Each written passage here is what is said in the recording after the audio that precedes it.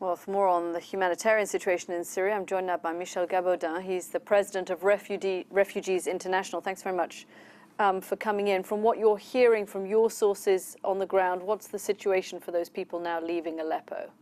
Well, we of course welcome the ceasefire, better late than never.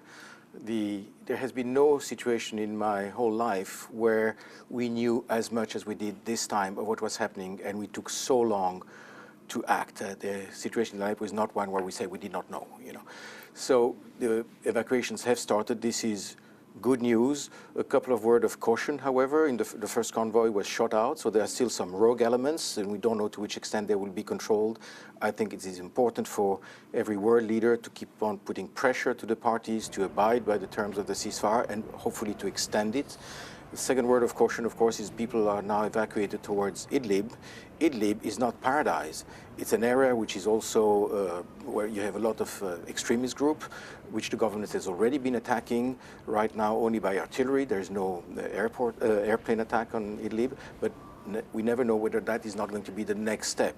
Do you think all of the people who are left in East Aleppo, and we don't know exactly how many civilians are left, do you think all of them will get out? We don't know. We hope that all those who want to get out will be able to get out. We heard reports that in some instances rebels prevent people from leaving. We don't know exactly what's going on in certain pockets.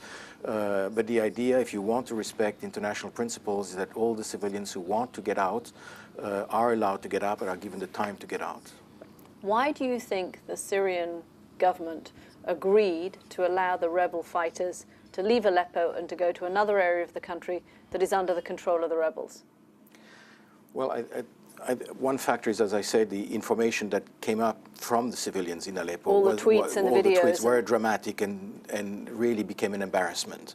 And I think that's a factor. The other factor is that basically the Assad government has won Aleppo. That for them was a tremendous victory in the symbolic side, and it will position them better in further negotiation. But it's not the end of the war. There are plenty of other enclaves in Syria where you have civilians under siege. We're not talking about them. What I would hope is that the current situation in Aleppo will allow the government to pause a little bit and its backers to put pressure to look at how to protect civilians better in the future. We've heard a lot of hand-wringing from Western leaders in the last 2 days. We heard the US ambassador to the United Nations, Samantha Power, laying in to the Russians and the Syrians there.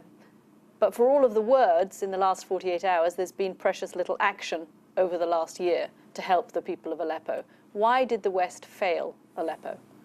Well, there are lots of geopolitical considerations in the region, I think, that paralyze people to move a little bit. I think one area that should be considered now quite seriously is that of accountability.